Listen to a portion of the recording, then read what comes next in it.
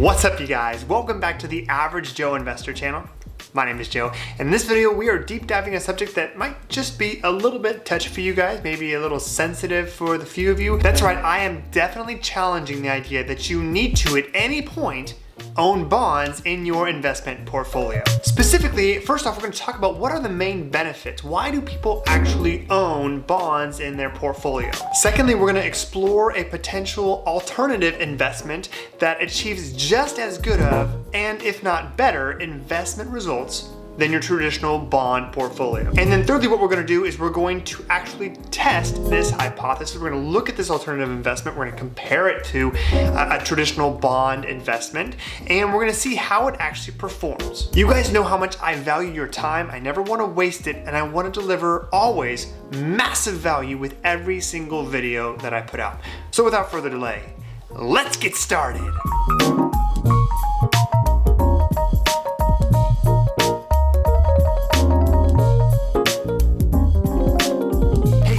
Joe here. If you're new to the channel, make sure to hit that subscribe button below the video to make sure you don't miss any of my future videos. And if you do click that subscribe button, make sure to leave me a comment below saying you subscribed, and I promise to personally respond to your comment. All right, guys, let's go ahead and jump right into it here. The very first topic I want to cover is why do most people traditionally own bonds in their portfolio? And I think that there are two main reasons we need to discuss. First one is very straightforward, and that is the idea of income, right? When we think of an income approach to a portfolio, oftentimes, especially as we are nearing retirement or are in retirement, we're looking for cash flow and some stability. We're talking about cash flow. We look for stocks for growth, and we look for bonds for income. And that's true. We can certainly derive income from a bond portfolio.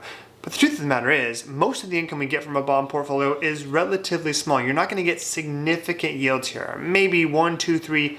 I mean, really, unless you're looking at junk bonds or high yield corporate bonds, we're looking at maybe 4 or 5%, but generally maybe 1 to 3%. The second thing, and probably the more important thing that most people look for in a bond portfolio or bond investments in their portfolio, is stability, or at least the ability to avoid significant reductions in the value of their portfolio. It's a way to offset the risk of stocks in the portfolio. So if we're going to look for an alternative investment to bonds in our portfolio, or at least to achieve the same type of characteristics of bonds in a portfolio, we need to achieve A, income, which I think will be relatively simple, especially considering that we talk a lot about dividend stocks on this channel, which dividend stocks are income. And then number two, which might potentially be a little bit more difficult, how do we avoid risk and add some more stability to the portfolio, reducing volatility? To accomplish this, we're going to look at an investment that we've talked about before on this channel, but we're really going to explore it and deep dive just exactly how it compares and contrasts with an actual Vanguard bond investment. The ETF or investment I'm talking about here is NUSI, the Nationwide Risk Managed Income ETF. And you may have previously seen a video that I put out on this specific ETF, which I will link to in the description below. So the thought here, the hypothesis is, with this investment, we are getting a significant more amount of dividend income than you would get from a bond portfolio, which we will examine shortly.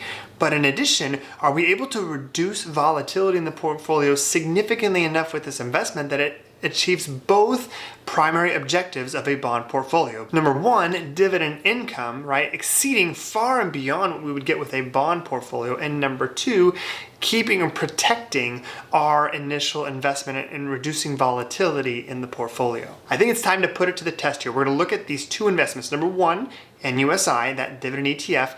And unfortunately, because it's a relatively new investment, we can only go back to December of 2019. Thankfully, we do have the COVID-19 correction in the stock market, which we can examine to look at max drawdown in the portfolio. So we've got back to December 2019 with NUSI, and for that same time frame, we're going to look at Vanguard's Total Bond Index Fund, VBTLX. All right, guys, we've got our NUSI versus bond portfolio spreadsheet here that we're going to deep dive into. But before we do that, just wanted to make you aware, in case you aren't aware, of the Patreon community, where it's an awesome opportunity for you to get additional dividend content, including access to all of my dividend spreadsheets that I use in my videos, access to a monthly dividend stock spreadsheet with all the dividend stocks that have been raising their dividend for at least 5 consecutive years, as well as access to me and potentially, depending on the level that you subscribe for in the Patreon community, access to all of my changes that I make in my dividend portfolio the exact same day and the time that I make them. If you're interested in learning more about the Patreon community, we are now up to 335 different members. If you'd like more information about joining the Patreon community, check out the link in the description below. The Discord channel will be live here in the next 7 days. Right here is the specific Vanguard bond index fund we're going to look at here, the Vanguard Total Bond Market Index Fund Admiral Shares VBTLX. Expense ratio here is 0.05%. It does have a minimum investment amount of $3,000 for the initial contribution, but after that you can make contributions above it, or for as little as $5 if you wanted to. This is a very diversified bond index fund. We look here at the portfolio and management tab here on Vanguard's website. We can see that there are 10,153 different bonds in this portfolio. Significant diversification. And then here we have the Nationwide Risk Managed Income ETF, NUSI. It definitely has a higher expense ratio than Vanguard at 0.68%. Distribution yield currently 7.80%, and it's a monthly distribution frequency for that dividend. Here's that description here where we've got the income generation from the covered call plus the downside protection in the form of the protective put. I mean, even here, right here on NUSI's website, it talks about a potential as a bond alternative that can provide investors with greater flexibility across different market cycles. You'll notice here on this fact sheet for NUSI that the top 10 holdings match up exactly with the NASDAQ 100. Significant weighting goes to Apple, Microsoft, Amazon, Facebook, Google, Tesla, Nvidia, Google Class A, as well as PayPal and Adobe. All right, guys, let's go ahead and jump in here. We're also going to look at, you'll notice here there's a tab down here for the S&P 500. I want to make sure that we have a reference to a standard market correction or a standard market drawdown if we were looking to hold the market, this is stock market index. So we've got that in there for reference when we talk about max drawdown in the portfolio. We've got our VBTLX data right here. Let me scroll actually way up here. All of our data here back from December 2019. We've also got it for NUSI, and then we've got our dashboard, which we will reference right now. All right, so here is what we've got going on here. I'm just, for the sake of looking at the scale of the data, I went ahead and used a lump sum investment of $500,000 for each of these investments. We could certainly lower that to a more realistic number. It just brings clarity here where we can see what's going on. We're not making any monthly contributions. We are not reinvesting dividends here. It's a lump sum investment that we're assuming we're drawing down on as we're in the retirement phase of our investment. All right, so here are the results here, assuming back from December of 2019 to present. Assuming we started with $500,000 for each investment. At the end of the period, the most recent trailing 12 months, the dividends paid for the Vanguard Bond Fund would be $98.19 and 46 cents, and a staggeringly higher number of $42,861 for NUSI. Cumulative dividends paid over that time frame, $72,000 for NUSI versus $20,000 for the Vanguard Total Bond Market Index Fund. And then here's the kicker, guys, portfolio value. At the end of this period here, it's just under 2 years, portfolio value, we started with 500, we'd be at 564, 589 for NUSI versus only 506, 334 for the Vanguard Total Bond Fund. Let's look at the charts here. This is really where we can get some clarity on what's going on. This first chart here gives us an idea of the portfolio value over time, right? This can inform us. So the green right here, this is the S&P 500. This is what I would consider to be our max drawdown. We all started at $500,000. And then way down here is the max drawdown that occurred due to the COVID-19 correction.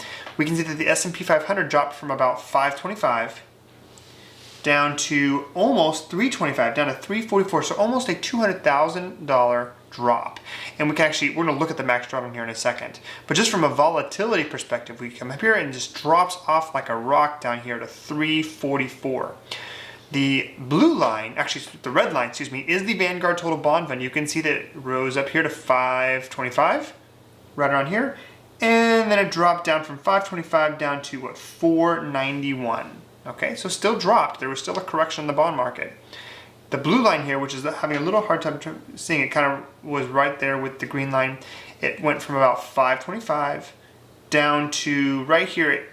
It got to the bottom of that drop, 470, we'll call it, 469, 384, popped right back up here to 525, and then was up here went up, increased, dropped down a little bit again here back in September of 2020, and then from there has maintained a significantly higher amount than the Vanguard Total Bond Fund. Now we expect this type of recovering from the green line, right? The S&P 500. This is a total market investment, or considering the top 500 companies. But what we're more interested to see is the relative volatility in these two funds here. It's definitely, I think everyone can agree, that the Vanguard Total Bond Fund definitely has less volatility here. It stays pretty steady along the way here, although you could make the case it was almost a net neutral in factoring the cost of inflation, and over time it was almost a net loss. Whereas we see here that the blue line is definitely less volatile than the S&P 500, but not quite as smooth as the Vanguard Total Bond Fund. Let's take a look at our next chart here. Scrolling down, this is going to be our max drawdown. I think this one was very valuable to look at here. We can see that the max drawdown here was up 5% for the S&P 500 and then down, what was this, 30% from the original value. 30% correction here. And it took about, I would say, 5 or 6 months to come back to where they were before it started. The Vanguard Total Bond Fund was up 5% and dropped about, I'd say 2% below its original value, so a total of a 7% correction down right here. And then we have here NUSI, which was up about 5% and dropped down to a negative 5% from initial value. So a total correction here of about 10 or 11% from its high. Then it popped back up here. We can see here that other than this correction with COVID right here, where it dropped about 7 or 8% off its high, it stayed relatively low volatility the rest of the time, although it was almost a net decrease here through October of 2021. Whereas we have, yes, more volatility, but also more growth with NUSI, but the volatility is much lower in NUSI and the Vanguard Total Bond Fund than we see with the max drawdown with the S&P 500. And then lastly, one that I think that would help account for and satisfy our concerns about risk is look at how much more income we are receiving here with NUSI than our Vanguard Bond Fund. Look here, assuming this is $500,000 in the portfolio, which I know that it's not necessarily realistic. I just wanted to inflate it here just to show and magnify the differences between these two. With the Vanguard Bond Fund, with $500,000 in there, we're only getting about $1,100, and it actually decreases over time through September. Only about $1,100 down to almost $800. What was this last value here? $769 in the bond fund. Whereas with NUSI here, we're at anywhere between $3,200 and as high as almost $3,600, $3,700 here. Significantly more income from this portfolio than we would get from the bond fund. So when we think about the two main reasons why we buy bonds, right? Stability, right? Lower volatility is part of that stability keyword there, and income. We capture both of these at a higher level, not necessarily a higher level with stability with NUSI, but I would say comparable for sure, comparable with NUSI compared to the Vanguard Bond Fund. Significantly more income here to where we need a much smaller portfolio to achieve the same results with the bond fund, and we get quite a bit more stability with NUSI than we would get with the actual total stock market here with the S&P 500. So let's ask the question out loud again. Why on earth would we own bonds when we can get so much more income from a dividend ETF as well as a significant amount of downside protection? As much as a bond? As much protection against volatility? No, but almost just as much with a significant amount more income to compensate us for that slight bit more risk. I'm certainly open to your guys' feedback here. You give me a good reason why we should consider bonds. And I realize that we could certainly be more selective in our bond. We could go out and pick actual individual bonds and certainly collect a higher dividend payment, but nowhere near as much as we're going to be getting with NUSI, and we're getting still a significant amount of protection. Most people don't need protection beyond 10% of their portfolio, and we're capturing only a 5 to 7% drop with NUSI as opposed to like a 40% drop potentially with our total stock market portfolio. But I want to get your feedback, guys. Make sure to leave your 2 cents in the comments below. Give me more reasons why we should consider individual bonds or even other bond funds that don't compensate as much as NUSI does, given the amount of stability and the protection we have with this ETF. In the very next video, we're going to talk more about why I think it might be a time to stop looking at our traditional market cap weighted index funds.